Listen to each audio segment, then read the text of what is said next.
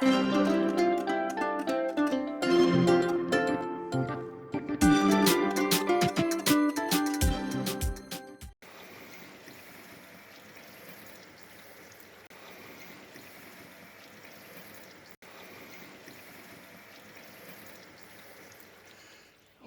out, garage doors off.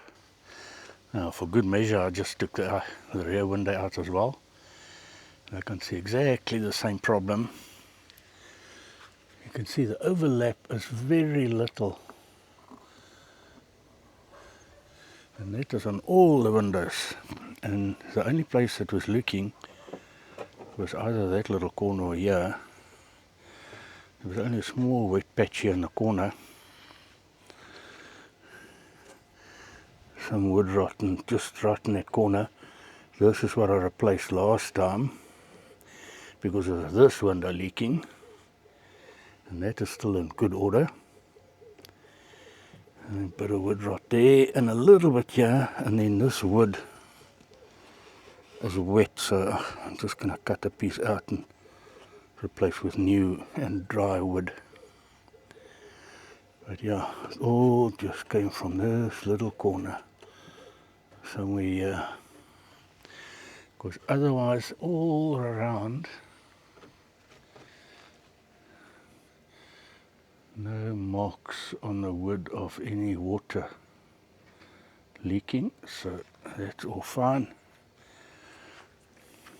Strip that all off, right down to the garage, replace that beam again. Well, if it's a good idea or silly idea, it didn't last.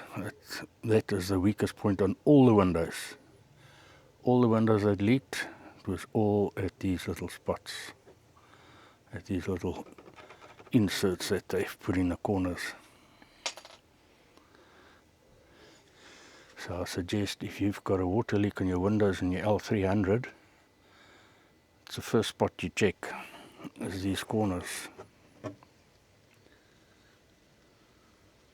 This has still got the original rubber that was put in when the van was built. Well, I'm sure of that. I don't know, unless if somebody has worked on it before and did repairs and put this rubber in. But I've taken this rubber out on all the other windows and just filled that up with sealant. This is a must-have tool. This can get into any little corner, trimming pieces of wood out, or even cleaning the styrene and glue off the aluminium shell.